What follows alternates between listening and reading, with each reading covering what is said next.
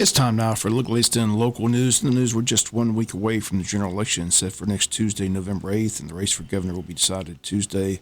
All statewide polls show the incumbent Governor Brian Kemp with a sizable lead heading into Tuesday. Governor Kemp says he's not believing the polling, encouraging everyone to get out and vote. He pointed to South Georgia's key to his victory 4 years ago, says he's counting on South Georgia to turn out once again, help him win a re-election.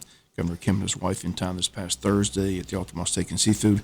Here are more of his comments from the event held at the steakhouse this past Thursday. Our state is doing so good is because we've been saying no to everything that Stacey Abrams has been telling us what to do. You think about keeping our economy open in small parts of this economy, like this restaurant right here in Wayne County, or giving them the ability to open back up. She criticized that decision. Said it was too early. Said if she'd have been governor, she wouldn't have done that. Said she would have been more cautious. Well, you know what? We were fighting not only to protect lives then, we were fighting to protect livelihoods. And we had been cautious in this state, and Georgians and businesses had done what we asked them to do to help us stop the spread, flatten the curve, to build PPE supplies and hospital bed capacity.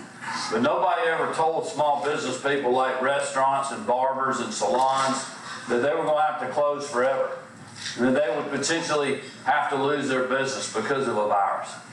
And thankfully, we didn't do that in Georgia like they did in other states, because we didn't listen to Stacey Abrams. We didn't listen to the people in the national media. If y'all remember this, I got heavily criticized. I remember that. I don't know if y'all do. People in high places criticized me on both sides of the aisle. The Atlanta media certainly criticized me. The healthcare pundits that were getting paid by some big institution to sit in their basement on some Zoom call and criticize people like me and policymakers like me. I wasn't listening to them. You know, I was listening to you all. Because that's what I told you in 2018, that I'd listen and put you first, ahead of the status quo and the politically correct. And that's what we've done in our state. We did the same thing when we pushed to get our kids back in the classroom. I know we have a lot of our educational leaders here today. We cannot thank y'all enough for getting our kids back in the classroom.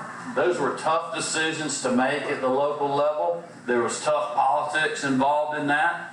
But you know what? Our local folks working with us, we pushed to get our kids back in the classroom. Because the data in the Trump administration and the data today in the Biden administration says that's where they need to be. And again, Stacey Abrams, one of the first people to criticize me. You know why? Because she's beholden to the National Teachers Union. And it was the National Teachers Union and their president, Randy Witherington, or whatever her name is, was up there pushing the national media, saying it's too soon to get kids back in the classroom. And teachers don't want to go back to the classroom. Well, she doesn't represent our values in Georgia. She's representing the National Teachers Union up north and has no idea what Georgia students, Georgia parents, and Georgia educators are dealing with. That's who we were listening to, not her or Stacey Abrams. That's why Stacey Abrams is going to be beholden to them. They gave her $1 million campaign contribution. One teachers union, $1 million campaign contribution. But I'm going to listen to you. And I was listening to educators then, because I had superintendents, I had teachers, I had athletic directors coming and sitting down with me and going, we are losing a generation of our kids because they are not in the classroom. They are not being mentored by us and recruited by us to play football or other sports or be in the band or robotics or anything else. They're getting recruited by street gangs because they're not in the classroom. And we're going to lose this generation of kids. And so that's who we were fighting for. I tell people all the time, you go back 2 years ago and look at where Stacey Abrams was and look at what we were doing in state government. Ask yourself the question, who was fighting for you back then? Who was fighting for you to simply be able to make your own mind up whether you wanted to go back to work or not, or whether you wanted to work, open your business or not, or whether you wanted to even go patronize a business like that? We didn't force people to do that. We just trusted you more than the government to make those decisions. We did the same thing with your children. They wanted to decide when your kids could go back to school. They wanted to decide whether your kids needed to wear a mask or not, or whether they needed to get vaccinated or not. But you know what? I trust you all with that decision. more than myself in Atlanta, or more than the President of the United States at the White House. Because you know better. They're your children. And we trusted you when other governors wouldn't do that.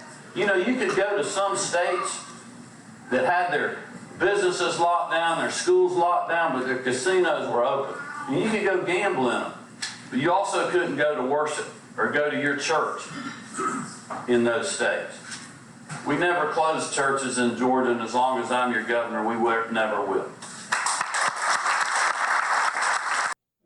Those were some of the comments this past Thursday by Governor Brian Kemp, who visited Jessup Wayne County again at the Altamont Steak and Seafood. Early voting continues this week, ends on Friday at 5 p.m. at the Hall Richardson Recreation Center located at 644 North 4th Street. On Monday, another 278 voters cast their ballots. Grand total of early votes in Wayne County now stands at 3,795 heading into today. On Tuesday, November the 8th, the polls will be open from 7 a.m. to 7 p.m. as the race for governor and the race for that U.S. Senate seat will be decided by Georgia voters. Locally, 2 county commission seats up for grabs. District 4, James Thomas against Fred Anderson. District 5, Jamie Hickox against Jackie Hoyt, who's not on the ballot. Has to rely on write-in votes in order to defeat Jamie Hickox, whose name is on the ballot in District 5. Jamie Hickox defeated incumbent Kathy Keith back in the primaries, was set to take office in January.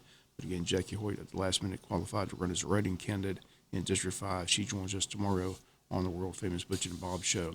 AJC continues to publish their latest polling. They state Monday was their latest, or there would be their last poll before next Tuesday.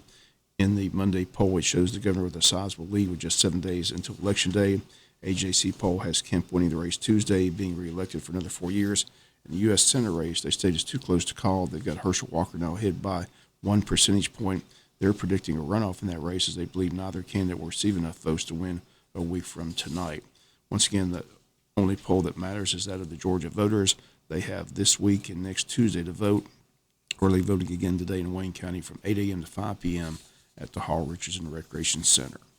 We'll be back with more news after this word from our sponsor, other commercial messages, so please stay tuned. Other news, Jessup City Commissioners set to meet tonight at City Hall for their regular agenda meeting. Only items of new business, 3 items, public hearing to rezone 556 East Cherry Street from R2 to PR, awarding a bid for a pickup truck for the water department, and discussion of board appointments, items with the city manager, items with commissioners, items with the mayor, all that tonight at 7 p.m. Have a report for you tomorrow here on the local news. Wayne County Commissioners hope to have a work session Wednesday morning at 8 a.m. at the Wayne County Airport. The Chamber of Commerce has their State of Wellness program today at the Coastal Pines Technical College from 11 to 1 in the State of Wellness. The guest speaker is Shauna Mattingly. Again, the program will overview the mental health needs that Wayne County faces while also celebrating the advancements and services in the community. Once again, that event taking place today from 11 to 1 at Coastal Pines Technical College. The Chamber and the Kiwanis Club announced their Scarecrow Among Us contest winners. School winner, again, Jessup Elementary School. The group winner, Jessup Bar Association. Business winner, City of Jessup. People's Choice Awards, Comores. Again, prizes can be picked up this week at the Chamber of Commerce. And the Chamber is still preparing for their annual Christmas parade, set for the first Saturday in December, Saturday, December 3rd at 7 p.m. with the theme of an old-fashioned Christmas. If you'd like to make an entry into the parade, you can still do that at this time. Stop by or call the Chamber at 427-2028. Annual Chamber of Commerce Christmas Parade, Saturday, December 3rd, 7 p.m. Always a great parade. Kicks off the Christmas season. As always, we encourage shoppers to shop at home this holiday season, support our local businesses. Santa Claus and the Parade for the Kids, once again, Saturday, December 3rd, 7 p.m. in downtown Jessup. We'll come back with some final news notes after this word from our sponsor, other commercial messages, so please stay tuned. Final notes news. Don't forget, this coming Saturday, November 5th, the Wayne County Annual Veterans Day Parade in downtown Jessup. If you'd like to participate or more information, contact Alexis at Banks Real Estate, 912-559-2142. That parade will be one of the topics today on the world-famous Butch and Bob Show. And the Southeast Georgia Turkey Trot set for Saturday, November 12th at JC Stadium. Registration will open that day at 7 a.m., race beginning at 8. Registration costs $25 per person if payments received by November 3rd. Costs $30 after November 3rd and the day of the race. Group team registrations available for groups of 10 runners at $20 per person. Teams must be prepaid by November 3rd to receive the discount, and team roster must be mailed with payment to Wayne County High School. Registration forms printed from Wayne County School System's website. Participants can also register on active.com. Proceeds go to the Wayne County High School's work-based learning program, and donated food items will be benefiting the Good Samaritan Center. Once again, that date, Saturday, November 12th at JC Stadium. That's going to do it for latest in local news. Sports comes your way. We'll recap that big win last night for Wayne County. All that and more coming up in sports in a few minutes. Bob Morgan, say have a great day.